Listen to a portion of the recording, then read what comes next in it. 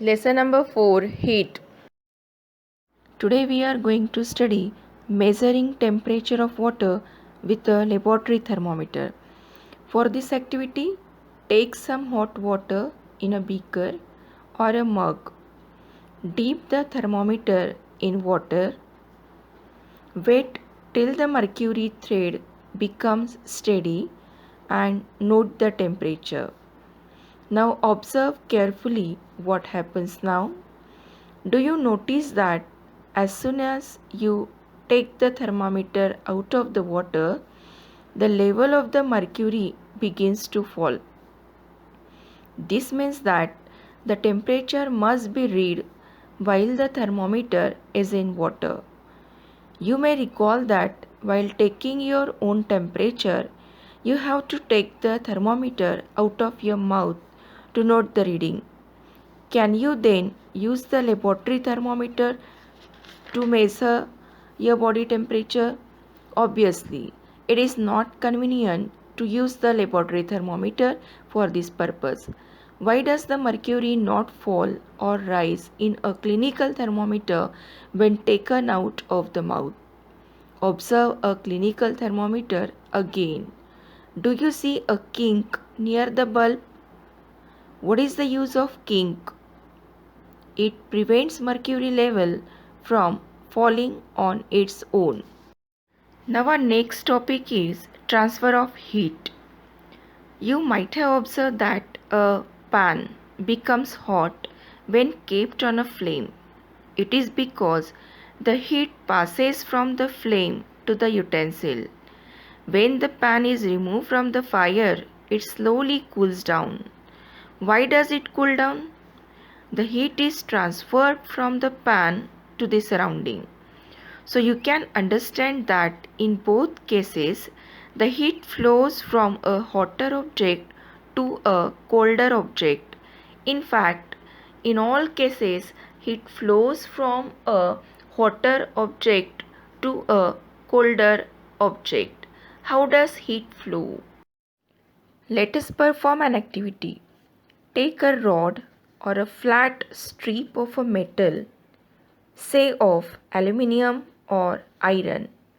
Fix a few small wax pieces on the rod.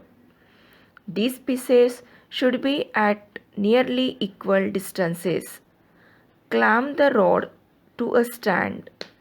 If you do not find a stand, you can put one end of the rod in between bricks. Now hit the other end of the rod and observe what happens to the wax pieces. Do these pieces begin to fall? Which piece falls the first?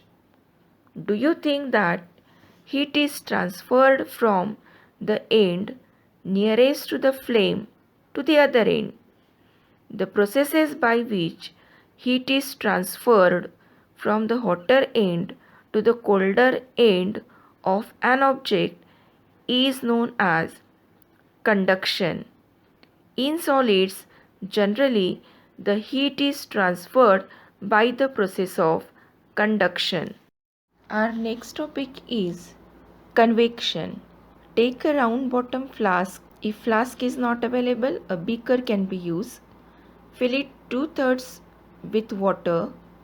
Place it on a tripod or make some arrangement to place the flask in such a way that you can heat it by placing a candle below it.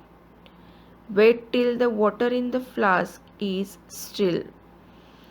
Place a crystal of potassium permanganate at the bottom of the flask gently using a straw.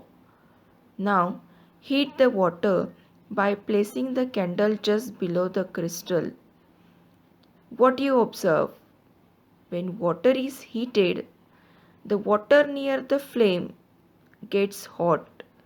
Hot water rises up. The cold water from the sides moves down towards the source of heat.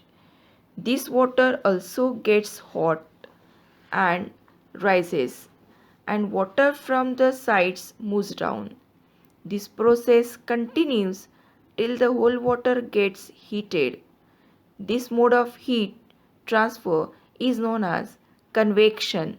One more activity is there for the convection. Light a candle, keep one hand above the flame and one hand on the side of the flame. Do your hands feel equally hot?